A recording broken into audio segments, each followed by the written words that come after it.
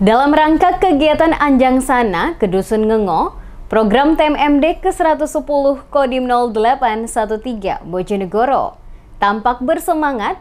Anggota Satgas bersama tim publikasi menyusuri perjalanan sejauh 13 km menuju Dusun Ngengo.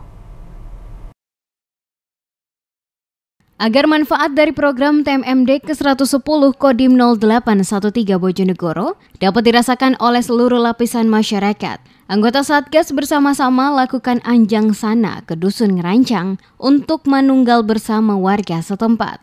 Letak dusun yang jauh di pedalaman dengan jarak 13 km. Melewati hutan dan sungai menjadi tantangan tersendiri untuk anggota Satgas agar sampai di Dusun Ngengo, Desa Ngerancang. Dengan semangat, bersama-sama anggota Satgas dan tim publikasi dipandu oleh Sekretaris Desa Ngerancang menyusuri jalan menuju Dusun Ngengo. Untuk perjalanan ke Ngengo sangat jauh sekali, tim kami, tim TMMD, tapi tetap antusias sekali, Mbak. Untuk personel, 11 personel, kita melaksanakan Anjang Sana ke Desa Ngengo, itu wujud sinergi kita TNI bersama rakyat.